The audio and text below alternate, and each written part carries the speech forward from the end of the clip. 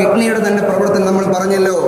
ഒരു ദിവസം 185 ലിറ്റർ അവിടുന്ന് രക്തം വളരെയധികം ഫിൽട്ടർ ചെയ്ത് പ്യൂരിഫിക്കേഷൻ നടത്തിയിട്ടാണ് നമ്മുടെ ശരീരത്തിന്റെ ഓരോ അവയവങ്ങളിലേക്കും അത് സ്പ്രെഡ് ചെയ്യുന്നത്. നമ്മുടെ വാഹനങ്ങൾ, അത് പെട്രോൾ ആണെങ്കിലും ഫ്യൂൽ ഫിൽട്ടർ ആണെങ്കിലും ഓയിൽ ഫിൽട്ടർ ആണെങ്കിലും എയർ ഫിൽട്ടർ ആണെങ്കിലും നിശ്ചിത കാലം അളവിൽ അത് മാറ്റിക്കൊടുത്താലേ സുഗമമായ യാത്രയ്ക്ക് വേണ്ടി അത് പര്യാപ്തമാവുകയുള്ളൂ. ഇവിടെ ഇരിക്കുന്ന ആളുകൾ 60, 65, 70 വയസ്സുള്ള ആളുകളുണ്ട്. നമ്മുടെ കിഡ്നി ഇതുവരെയായിട്ട് മാറ്റിവെച്ചിട്ടുണ്ടോ?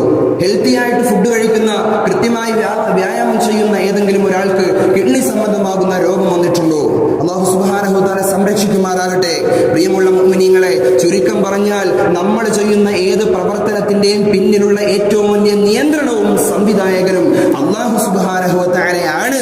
അതുകൊണ്ട് നമ്മൾ എന്തു ചെയ്താലും, ഏത് കാര്യം ചെയ്താലും അത് കഴിഞ്ഞതിന് ശേഷം അൽഹംദുലില്ലാ എന്ന് പറയൽ